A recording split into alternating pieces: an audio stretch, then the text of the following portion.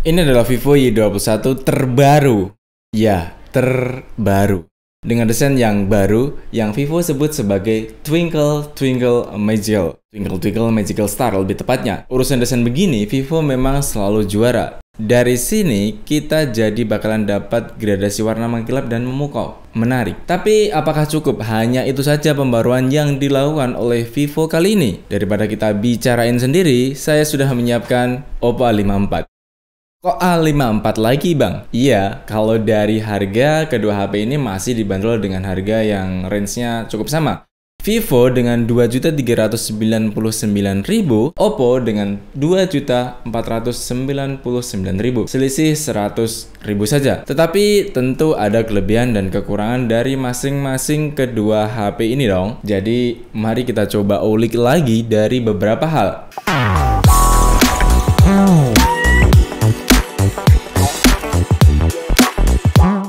Yang pertama, kita tentu bakalan ngomong soal spesifikasi dasar dari keduanya. Si Vivo ini mendapat pembaruan dari segi RAM yang ditambah menjadi 4 plus 1 GB RAM dengan penyimpanan internal 64 GB. Komposisi ini dikombinasikan dengan prosesor MediaTek Helio P35 ditenagai dengan baterai 5000 mAh yang sudah mendukung pengisian cepat 18 Watt. Vivo Y21 ini disematkan IA triple kamera dengan fitur Face Beauty, filter, dan bokeh. Pembaruan lain dari Vivo Y21 ini adalah Vivo Multi Turbo 5 yang sudah termasuk sistem pendingin dengan Ultra Game mode yang bisa diatur ke beberapa fitur, misalnya 4D game, vibration, game, picture in picture, spot mode, dan mode jangan ganggu alias not don't disturb. Vivo Y21 ini juga sudah didukung dengan One Touch OS terbaru base Android tentunya.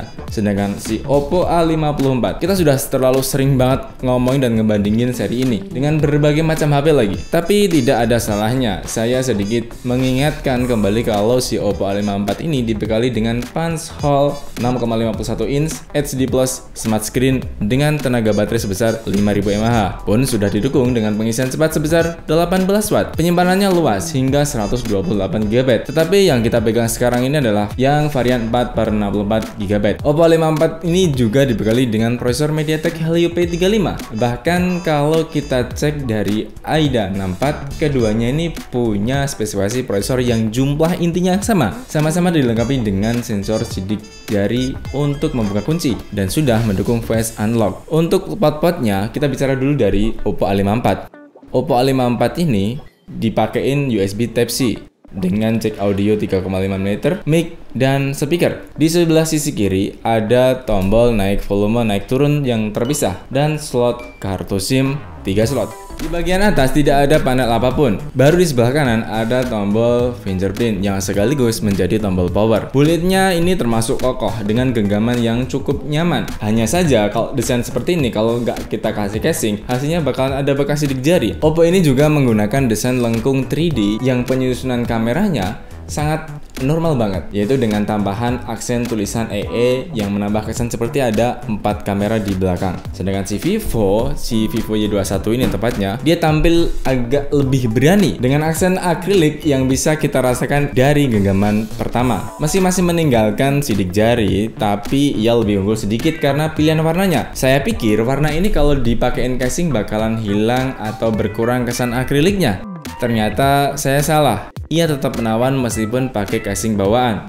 Untuk port-portnya di bagian bawah ada mic, USB Type-C, jack audio, dan speaker. Di sisi kirinya tidak ada port apapun karena tombol volumenya disusun bersama tombol power yang ada di sebelah kanan dari handphone ini. Sama halnya seperti Oppo A54, Vivo Y21 ini menempatkan set fingerprintnya sekaligus sebagai tombol power. Nah, baru di bagian atas sama Vivo dibuat untuk meletakkan SIM tray dengan 3 slot kartu. Panel kameranya Vivo juga meletakkan dengan cara yang cukup umum dengan aksen chrome di sekeliling panel yang merangkum 2 kamera dari Vivo. Kenapa ya? Produsen HP kelas-kelas seperti ini selalu memberikan kesan-kesan yang lebih dalam perancangannya. Kenapa tidak dibikin sederhana saja? 2 kamera ya didesain dengan 2 kamera saja. Bukan seolah-olah lebih dari 2. Bukannya nanti juga malah semakin hemat biaya produksi. Atau ini jangan-jangan jadi bagian dari marketing mereka. Baiklah, Saatnya kita adu gaming dari kedua HP ini. Mengingat jenis prosesor yang dipakai dari kedua HP ini sama, jadi kita nggak akan main-main game berat. Kita main kelereng saja. Tidak. Maksud saya kita main FF atau PUBG aja. Oh ya, untuk pengecasan baterainya sebelum kita bicara main game, tadi kita tes dengan kabel yang sama dengan menggunakan tenaga kurang lebih 10 watt. Dihasilkan pengecasan yang bisa kita bilang bahwa keduanya ini sama plek keteplek. Dengan durasi kurang lebih 18 menit, masing-masing HP ini mendapatkan penambahan baterai sebanyak 16%. Sekali lagi, ini menggunakan kabel dan kepala cas berdaya 10 watt ya. Pasti akan berbeda kalau menggunakan daya 18 watt atau yang mungkin lebih tinggi. Apalagi Oppo dan Vivo ini sudah mendukung sama-sama pengisian cepat. Untuk pengujian skor AnTuTu Benchmark versi 8, baik Oppo A54 atau Vivo Y21 ini mendapat skor 100 ribuan. Yang agak beda adalah waktu kita nguji tes Geekbench 5-nya. Oppo dapat skor 145 untuk single core dan 940-an untuk multicore. Sedangkan si Vivo sedikit lebih banyak, yakni mendapat 169 untuk single core dan 857 untuk multicore, atau hampir 100 lebih kecil dibandingkan dengan multicore yang dimiliki oleh Oppo. Oke, sekarang saatnya kita main game. Pertama, kita mainkan Free Fire di Vivo Y21 ya. Kita mulai dengan kondisi baterai di 17%. Kita mainkan kurang lebih selama 15 menit. Hasilnya baterai berkurang hanya 2% saja. Untuk permainan kita nggak ada masalah, MediaTek P35 masih cukup untuk melibas FF dengan baik, tentu saja. Di PUBG Mobile baru kita menemukan beberapa kendala, meskipun tidak terlalu berat ya, karena saya tidak terlalu lama juga memainkannya, hanya sekitar 7 menit.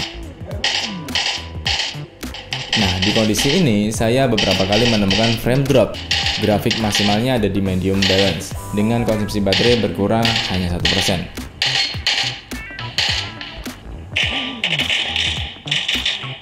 Kita beralih ke Oppo A54. Pas kita main Free Fire, hasilnya ternyata tidak terlalu berbeda dengan apa yang kita dapatkan waktu main di Vivo Y21. Yakni untuk satu kali permainan selama 7 menit, konsumsi baterainya berkurang 1%.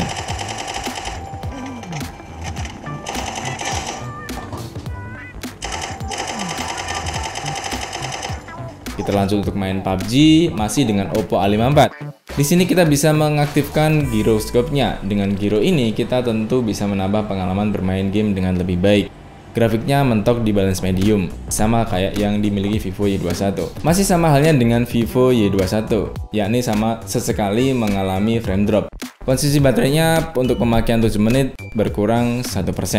Nah, di setup kameranya, Oppo bisa kita bilang lebih bervariatif ya, dan lebih banyak fitur yang diberikan. Misalnya, Oppo ini ada mode makro, slow-mo, dan mode pro. Bahkan ada mode stiker juga. Resolusi videonya baik depan atau belakang maksimal itu bisa di 1080p di 30 fps. Untuk pengambilan foto bisa di mode bokeh, juga bisa di mode HDR. Tingkat zoomnya si Oppo A54 ini bisa sampai 5 kali digital zoom. Sedangkan kalau kita ngomongin si Vivo Y21, tidak ada mode slow-mo dan tidak ada makro, tetapi masih ada fitur time-lapse. Perekaman videonya sama seperti yang dimiliki Oppo A54, bisa maksimal di 1080p pada 30 fps. Ini berlaku juga untuk kamera depan dan kamera belakang. Untuk pengambilan gambar, Vivo bisa HDR dan bisa maksimal zoom hingga 4 kali digital zoom. Hasilnya bisa teman-teman saksikan ini.